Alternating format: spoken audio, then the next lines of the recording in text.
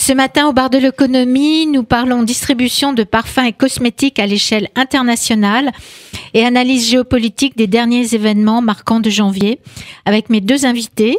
David Dayan, président de Beauté Luxe, une entreprise leader dans la distribution de parfums et cosmétiques, et Gérard Vespierre, chercheur et conférencier en géopolitique, fondateur d'un média web indépendant, Le Monde Décrypté, à qui je vais donner la parole. Rebonjour Gérard et merci d'être avec nous également ce matin.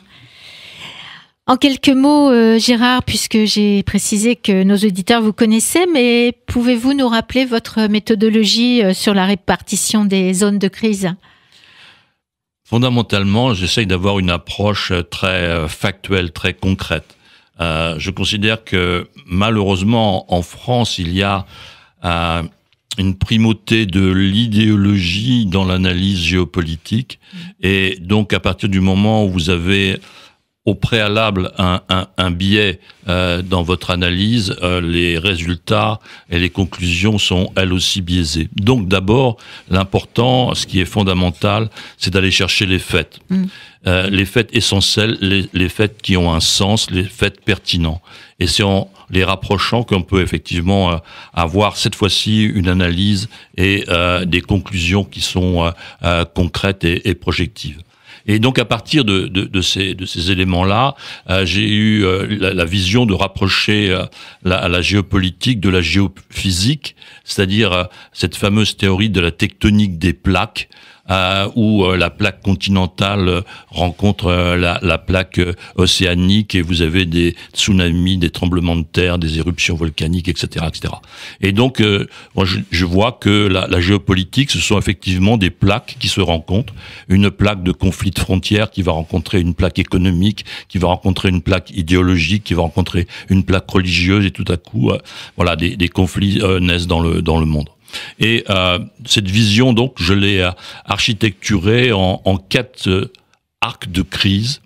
Un premier arc de crise, donc en Asie, depuis la Corée du Nord jusqu'aux Philippines, où vous avez effectivement toutes les tensions économiques, les tensions politiques, les tensions de frontières, puisque vous avez la Chine qui réclame la souveraineté sur un grand nombre d'îles et d'îlots, et donc se confronte aux Philippines, à la Malaisie, au Vietnam, au Japon. Donc vous avez un arc de crise là de 6000 kilomètres. Deuxième arc de crise qui est à peu près la même distance, 6000 kilomètres, c'est toute la frontière occidentale de la Russie. Il y a eu une guerre en Géorgie, des troupes russes sont toujours sur le territoire géorgien. Vous avez eu donc bien sûr l'annexion de la Crimée, vous avez l'occupation du Donbass, une partie de l'Ukraine, vous avez la tension près des républiques baltes. Donc vous avez à nouveau 6000 kilomètres de tension. Troisième arc de crise, bien sûr, le Moyen-Orient, depuis la frontière afghane jusqu'à Beyrouth. Et à nouveau à 6000 kilomètres. Et quatrièmement, on a parlé de l'Afrique avec David tout à l'heure, eh bien là aussi, vous avez la fameuse crise du Sahel, c'est-à-dire de la Mauritanie au Tchad, et vous avez 6000 kilomètres. Donc c'est ces 4 arcs de crise sur lesquels je pose humblement mon regard, et donc je serais ravi d'apporter quelques lumières et visions sur ces régions-là. Des zones de crise qui, après vos analyses, restent assez immuables? En tout cas, elles vont être pérennes, ces zones, sur la décennie 2020-2030. Je pense que la décennie 2020-2030 va nous surprendre. La décennie 2020-2030, et je ne fais pas référence à la situation difficile dont nous avons parlé autour du Covid et ses implications économiques, mais je crois que la tension va être vive dans la zone effectivement pacifique et asiatique. J'ai déjà dit il y a quelques années, et j'ai échangé à ce sujet-là avec le directeur du cercle géopolitique de l'Université Dauphine, Bernard Guillochon, je lui ai dit il y aura de la tôle froissée. Il me dit, oh, j'adore votre expression. Oui. Je pense qu'à un moment, des bateaux militaires, des unités militaires vont être très proches les unes des autres, qu'elles soient chinoises, américaines ou même internationales, parce que des bateaux français militaires importants, le Dixmude par exemple, des frégates, maintenant des sous-marins aussi, nucléaires, non porteurs d'engins, non porteurs de missiles, mais porteurs de missiles de croisière, bon, les fameux SNA, patrouillent aussi dans le Pacifique. Bon. Donc voilà, on a une tension qui restera permanente. Proximité aussi de crise en Russie. Oui. La Russie va nous étonner certainement dans les années à venir parce qu'il y a un retournement économique depuis déjà quelques années avec la chute des prix du pétrole et la Russie s'est enrichie pendant tout la première partie de la période Poutine de 2000 à 2015 grâce à l'envolée du prix du pétrole. Je vais vous faire sourire, en 1999, juste avant l'arrivée de Poutine au pouvoir, le prix moyen du baril en 1999 était de $18, n'est-ce pas? Et quand la crise justement du prix du pétrole a éclaté fin 2014, on était dans les $108-110. C'est-à-dire que voilà, les recettes pétrolières, gazières de la Russie ont augmenté par le prix de 6%, et comme ils ont produit 50% de plus, c'est-à-dire qu'ils ont multiplié par 10 leurs recettes. Ils ont renouvelé leur arsenal militaire grâce au pétrodollar. Donc, et cette fois-ci, on a une tendance complètement inverse. Les Russes sont dans la rue pour les motifs effectivement politiques, pour des motifs de justice, mais fondamentalement pour des motifs économiques. Et la grande révélation de ce week-end, c'est pas le nombre de Russes qui sont descendus dans la rue, c'est le nombre de villes qui ont vu des Russes dans la rue. C'est-à-dire que ce ne sont pas les grandes arrivé. villes, voilà, Moscou et Saint-Pétersbourg, c'est dans l'intégralité du pays. Et donc, Navalny est un problème sans solution. Navalny vivant, c'est un problème. Navalny mort, c'est un problème. Navalny en prison, c'est un problème. Navalny libre, c'est un problème. Ouais, y a pas de donc, voilà, on va voir des choses économiques et politiques en Russie. Et je crois que sur la région du Moyen-Orient, on parle beaucoup de l'Iran. On parle beaucoup des accords nucléaires, on parle beaucoup des capitales et de la géopolitique autour de l'Iran, mais on ne parle jamais des Iraniens. Et à la fin de la fin, ce sont les Iraniens qui vont avoir la parole, et ce sont les Iraniens qui vont avoir le dernier mot, et les Iraniens ne sont pas contents du tout. Les Iraniens sont en difficulté. On a un parallèle entre l'Iran et la Russie au niveau des difficultés économiques, politique, sanitaire. Donc, l'avenir du régime iranien est en question. Si jamais il va y avoir, comme il y a eu en 1979, à nouveau un basculement, il faut pas oublier quand même que le guide suprême Khamenei est guide suprême depuis 32 ans, n'est-ce pas? Donc voilà, il y a, et avant d'être guide suprême, il était président de la République pendant 7 ans. C'est-à-dire que si vous avez 40 ans en Iran, vous n'avez connu que ce monsieur-là. Et au nom de la dynamique humaine, eh bien, à un moment, le couvercle saute de la marmite. Oui, avec des méthodes qui étaient reprochées à l'époque au Shah, mais qui finalement, c'est autre chose, mais c'est aussi répressif. Voilà, un régime absolu est un régime absolutiste, et donc la SAVAK sous le Shah s'appelle maintenant la VEVAK, vous voyez, il n'y a pas grande différence, les méthodes sont les mêmes, et même avec les gardiens de la Révolution, il y a 150 000 gardiens de la Révolution qui ont une armée de terre, une armée de l'air, qui ont aussi des batteries anti-aériennes. D'ailleurs, ce sont eux qui ont abattu le Boeing ukrainien au mois de janvier l'an dernier avec 179 morts. Mais s'ils sont 150 000, il y a 82 millions d'Iraniens, n'est-ce pas? Derrière, donc à un moment, la rue pourra donner son verdict. Alors, je voudrais qu'on revienne, vous parliez de la Russie. Est-ce que ce que vous nous dites est aussi exacerbé par vous supposez, vous, qu'il va y avoir un changement de pouvoir dans les années à venir par rapport à Poutine? Alors, c'est une question intéressante. J'ai commis un article dans la Tribune il y a quelques petites semaines qui s'appelait Moscou, que s'y prépare-t-il? Donc effectivement, il y a un certain nombre de signaux. Il y a eu un certain nombre d'articles qui sont parus dans les revues internationales sur la santé du président russe. Qui a à un moment effectivement pris un peu de poids. Donc on a vu des mains peut-être un peu moins stables. Oui. Donc il y a eu des hypothèses de début de Parkinson et que donc la prise de poids était liée à des traitements. Bon, voilà, c'est une hypothèse. Et si vous rapprochez les faits, comme je disais tout à l'heure, il a fait un remaniement gouvernemental il y a quelques semaines aussi. Il a remercié un certain nombre de ministres, donc dans l'équipement, dans les transports, etc., etc. Le ministre du pétrole est devenu vice-premier ministre. Enfin bon, il y a eu un certain nombre de changements. Le plus grand changement, c'est effectivement le fait que maintenant les présidents et anciens présidents sont complètement inattaquables sur le plan juridique, n'est-ce pas? En cas de corruption. Oui. Or, quel est l'axe d'attaque politique de Navalny? La corruption. C'est la corruption, bien sûr. Ouais. Revenons à l'Iran. Le 4 janvier, Téhéran fait l'annonce d'une reprise de ses activités d'enrichissement en uranium, en dépit de l'accord lui interdisant. Et donc, concrètement, que faut-il en penser ? Alors, de cette annonce. Je pense que le premier niveau d'analyse, c'est celui de la communication. C'est d'abord un acte de communication interne et externe. Je veux dire par là que le 4 janvier, l'Iran a donné son intention, a exprimé son intention d'augmenter à 20% l'enrichissement d'uranium.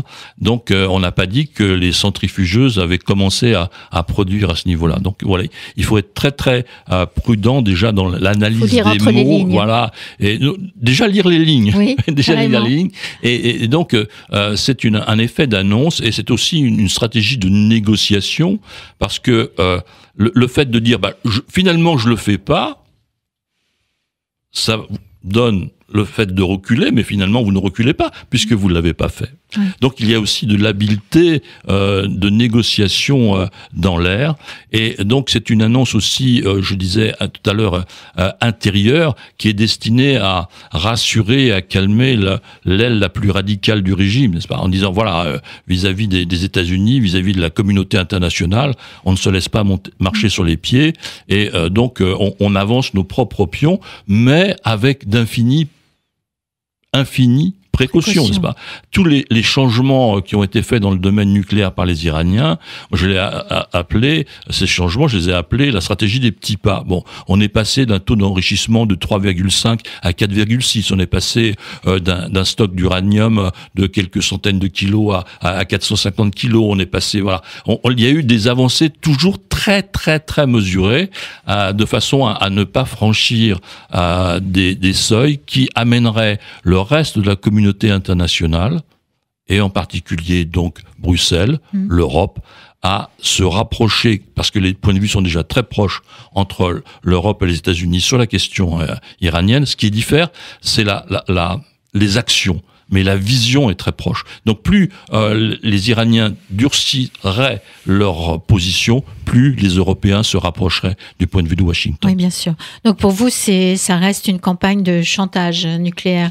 De négociation, tout se finira autour du tapis vert. Et il faut regarder un petit peu l'histoire passée. Les précédents accords, donc du 14 juillet 2015, ont mis à peu près 2 ans et demi à s'établir. Donc voyez-vous, à nouveau, il ne se fera rien dans la précipitation. Washington a déjà annoncé qu'il voulait un accord plus large et donc plus périn dans le temps. Donc ça va prendre du temps. En décembre, toujours sur l'Iran, vous nous avez parlé de la jeunesse qui était en colère contre son régime, et qu'il y avait beaucoup d'attentats quotidiens, mais que les médias ne relayaient pas. Et vous, comment êtes-vous au courant de ces attentats ? Bien, je suis sur les réseaux sociaux, n'est-ce pas? Ah oui. Et donc, alors ça c'est premièrement, et deuxièmement, j'ai effectivement des relations, des contacts avec un organisme qui est pas connu en France, et pourtant il est en France. Cet organisme s'appelle le CNRI, le Centre national de la résistance iranienne, qui est dans le Val d'Oise, qui est à Auvers-sur-Oise. Donc voilà, depuis de très nombreuses années. Et donc un des organismes les plus importants à l'intérieur de cette structure, ce sont les combattants du peuple iranien, les moudjahidines du peuple iranien. Combattants, c'est la traduction du mot moudjahidine. Et donc leur réseau est historique. C'est un mouvement qui est présent en Iran depuis les années 50. Donc ils ont une présence iranienne, ils ont contribué au renversement du Shah, et après il y a eu un divorce entre eux et la branche religieuse représentée par Khomeini. Donc, mais ils ont une structure, ils ont une existence. Alors, on peut critiquer leur point de vue, on peut critiquer leur légitimité, mais ils existent. Et donc, ils forment... Ils fournissent des informations. Ils fournissent des informations, et c'est eux aussi qui structurent la résistance à l'intérieur du pays, entre autres. Et donc, il ne faut pas oublier, alors ça c'est un autre point de vue, que l'Iran est une mosaïque, n'est-ce pas? Il y a une province de l'Iran, tout à fait au nord-ouest, qui s'appelle l'Azerbaïdjan. Oui. Ce n'est pas le pays, c'est le nom de la province iranienne. Bon, donc vous avez une grande présence kurde, vous avez une grande présence kurde en Iran, et puis après sur la partie orientale, vous avez les Baloutches. Donc vous avez une différenciation des populations iraniennes qui peut aussi créer un mouvement de révolution, de révolte, parce qu'il y a des intérêts différents, des cultures différentes. Un des plus grands attentats qui a été commis il y a quelques années était dans la région effectivement kurde, et j'ai oublié de mentionner la population arabe, tout ce qui est proche de l'Irak et de Bassora, donc la continuation vers l'Iran, c'est une population arabe, n'est-ce pas? Bon, donc voilà la mosaïque iranienne, donc il peut être aussi autant de ressorts vers une révolte possible, et donc les images qui sont disponibles, je dis bien les images, il n'y a pas que des photos, il y a des vidéos qui sont disponibles tous les jours, montrent la destruction des portraits géants du guide, vous avez des grands panneaux de 4/5 là. Eh bien, quand vous êtes un jeune Iranien et que vous avez l'estomac le soir, la nuit, de mettre le feu à ce genre d'installation, c'est-à-dire que vous mettez votre tête sur le billot, n'est-ce pas? Ah oui, complètement. Donc, ça veut dire que si vous êtes prêt à faire ça, ça donne un niveau, un degré de désespoir et d'engagement d'une partie de la jeunesse. Donc, les portraits aussi du fameux général Soleimani, il faut pas croire que c'est un demi-dieu. Beaucoup ont aussi sauté de joie quand les États-Unis l'ont éliminé à Bagdad. Voilà. Même en Irak même, j'ai des vidéos de la population irakienne dans les rues la nuit, quelques heures après cet événement, sautait de joie, avec d'énormes drapeaux. Bon. Donc, voyez-vous, il faut être effectivement très très prudent, recevoir l'ensemble des informations à nouveau, des informations de base, pour avoir le jugement le plus global et concret et réaliste possible. Tout prendre en compte toujours. Alors, on passe aux États-Unis. Le 6 janvier, des dizaines de militants trumpistes forcent le Capitole pour empêcher le Sénat et la Chambre des représentants de certifier la victoire de Joe Biden à l'élection présidentielle. Vous, Gérard Vespierre, quel a été votre sentiment à l'instant T de cette... Je pense que mon sentiment a été celui exprimé par le monde entier. C'était un sentiment d'effarement. Alors, effectivement, ça c'est le premier niveau. Le deuxième niveau, c'est toujours à nouveau l'observation visuelle et l'observation auditive. Et qu'est-ce qu'on a vu ? Et je ferai un parallèle avec la couleur d'un certain nombre, d'un gilet, qu'on a vu en France il y a un an. Aux États-Unis, au Capitole, il y avait beaucoup de drapeaux. il y avait des drapeaux américains. Les manifestants sont rentrés avec le drapeau américain. Et quand vous écoutez attentivement ce qu'ils disaient, pour un certain nombre d'entre eux, we, the people, nous les gens. Donc, voyez-vous, c'est notre maison. On n'est pas là pour saccager ou pour mettre le feu, pour détruire, etc. Bon, bien sûr, il y a eu quelques exactions, mais fondamentalement, le cœur du mouvement était un mouvement national, et comme si des gens, qui ont été maltraités par l'économie depuis des années, eh bien finalement voulaient une revanche et imposer leur point de vue. Donc, c'est un mouvement aussi à prendre en considération dans ses motivations, qui n'est pas un mouvement de destruction, c'est un mouvement d'affirmation, dire ne nous ignorez pas, et c'est quelque chose qu'on n'a peut-être pas suffisamment vu et communiqué.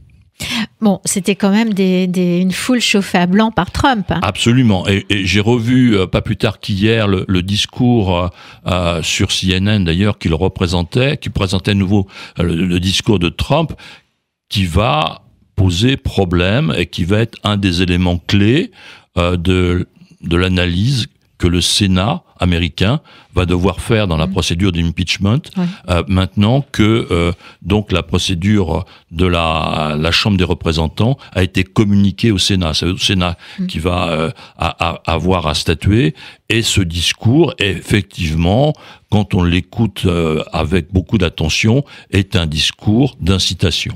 Et ça va être un élément pour le Parti républicain d'une très grande douleur.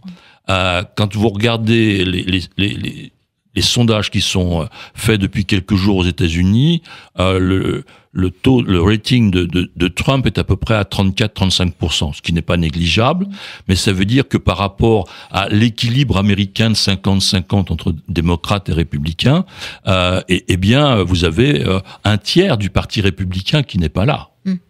Un tiers du Parti républicain qui dit non, effectivement, les options de Trump ne sont pas convenables. Donc ça va se traduire à l'intérieur du Parti républicain. Bien sûr, ils vont régler leur compte. Voilà, ça va être douloureux. Bon, je pense qu'il va y avoir certainement des arrangements, mais ça va être vraiment particulièrement intéressant à suivre. Je n'ai jamais cru que Trump allait gagner. Ça fait depuis 2018 que je disais qu'il allait perdre, parce que il avait déjà perdu contre Hillary Clinton, n'est-ce pas? Le vote populaire a été négatif pour lui. Il a perdu contre Clinton de 2 900 000 voix, n'est-ce pas? C'est pas c'est leur mode électoral qui est tout à fait respectable, parce que le constitutionnaliste américain a été particulièrement pointilleux et sourcilieux sur la structure fédérale de l'État. Donc il faut qu'un minimum d'État donne son aval au président ou au candidat pour qu'il soit élu président de la République, président des États-Unis. Donc et c'est cette pondération qui lui a été favorable. C'est arrivé 3 ou 4 fois dans l'histoire américaine en plus de 200 ans, donc voilà, c'est pas énorme. Mais politiquement, il n'était pas majoritaire. Donc comme il avait perdu la Chambre des représentants au midterm de 2018, vous voyez, la pente était négative. Et comme il a fait un certain nombre d'erreurs vis-à-vis d'un certain nombre de populations, les militaires en particulier, il a fait des promesses exorbitantes aux mineurs. Quand vous regardez la production de charbon aux États-Unis, elle a continué à baisser. Parce que qu'est-ce que vous dit Wall Street? Wall Street vous dit, si vous voulez perdre de l'argent, investissez dans le charbon, n'est-ce pas? Donc voilà, ça ne pourra pas revenir. Et donc, à un moment, ces gens-là se sont sentis floués. Donc voilà, il y a eu un tas de populations comme ça, de segments politiques, si vous voulez, qui n'ont pas pu revoter à nouveau Trump. Et cette fois-ci, ça a été 8 millions, alors en plus avec un taux de participation important. Donc, je ne crois pas à son avenir. Je n'ai pas cru à son futur politique pour 2020. Je ne crois pas à son avenir politique pour 2024. Pour moi, la grande page est tournée. Oui, mais malgré tout, la procédure d'impeachment pourrait aboutir. Ça va être très intéressant. Tout repose sur les épaules du Parti républicain. Le le patron de la minorité maintenant républicaine, Mitch McConnell, va avoir une position, une stratégie à définir particulièrement intéressante. Gérard Vespierre, un autre sujet dont j'aimerais que vous nous parliez, c'est le 20 janvier, après avoir disparu depuis fin octobre, après avoir critiqué le gouvernement chinois, Jack Ma, le patron d'Alibaba, l'Amazon chinois, fait sa réapparition dans une vidéo publiée sur les réseaux sociaux. Alors, nous disions que la dette des ménages chinois, vous nous disiez ça en décembre, s'envolait depuis plusieurs mois. Et un des reproches faits au groupe de Jack Ma est justement son activité de prêt en ligne. Est-ce que vous pensez que cette disparition peut être assimilée à une purge ? Oui. Oui.